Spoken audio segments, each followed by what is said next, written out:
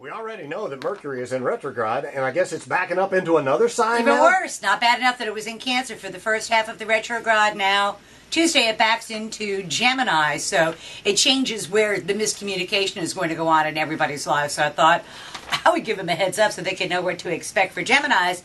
It's gone out of their second house of money, back into their first house of them. So they are likely to be misunderstood. If I was a Gemini, I would put every single thing in writing, and I wouldn't text it. I would make sure that everything was spelled exactly the way I wanted to, that it said exactly what I wanted it to say, and I would keep a copy of things too, because personally they are likely to be misunderstood. For Cancers, I think it's the most frustrating of all, because when Mercury is their 12th house of their own undoing, they'll say one thing and mean another. They won't get understood. They'll make bad assumptions and bad assessments based on bad information that will end up shooting them in their foot, which is never any fun. For Leos, really not a bad thing. It actually backs into their 11th house of hopes, wishes, and goals and objectives. So for Leos, it's a good time to gather a group of friends or colleagues and put together a plan for them to do whatever it is a Leo needs them to do. To formulate their evil plan, kind of a thing, and then wait until, I love that. That's exactly right. Formulate, and then after Mercury goes direct, then do it. Exactly. Gotcha. For Virgos, it's in their 10th house of career and public standing. They're going to be weighing out they'll hear word about two different job opportunities, professional opportunities, that are really the same thing, and the dream would be to do them both and get paid, do it once and get paid twice. I don't know if they'll get away with that, but there'll be two different career opportunities for them, and they should take it all under advisement, and again, wait for Mercury to go direct before they decide. For Libras, legal matters, education matters, important matters at a distance is a good time for Libras to take themselves away and go have a good time fairly far from where they're at. This is not like, let's go to Disney World. This is let's go a little further than that. And also, well, we hope Andrew is enjoying his cruise that he's on. I think so. I think he'll have a blast on it, actually, because it's very appropriate for them. For Scorpio, it's in their 8th house of other people's money.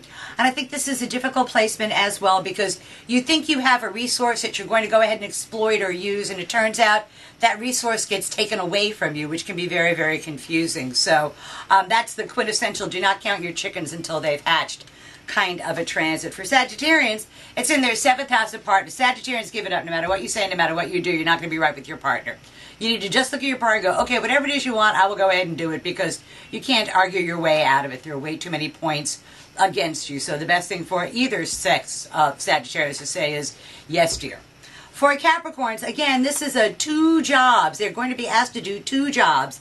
They're not going to get paid more for it. And it's sort of, if you do a good job on both jobs, you get to consolidate them into one good job and then eventually get paid, but not right away. So it's the kind of thing where you just got to suck it up and do it.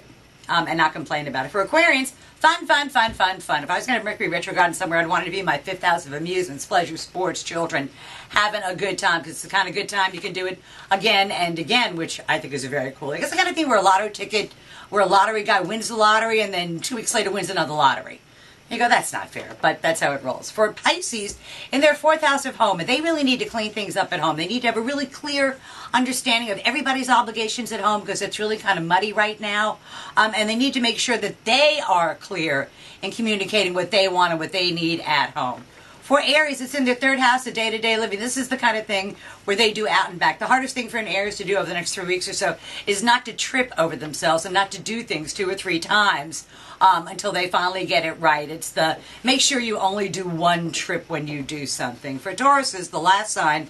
It's in their 2nd house of money, and this is the kind of thing where they take money, they make money, and then they spend it right away, or it will take them money to go ahead and make money. So they have to think of it as an investment in their future, rather than just go, man, I've already paid this once or twice or 3 times. So they have to be careful with economic things, with financial matters too, and make sure they write down the appropriate number of zeros, because that's the kind of thing that happens during Mercury retrograde. So that's tomorrow's news today for the 12 signs of the zodiac. For Mercury retrograding back into Gemini this week. All right. We'll see you next week. Always a pleasure.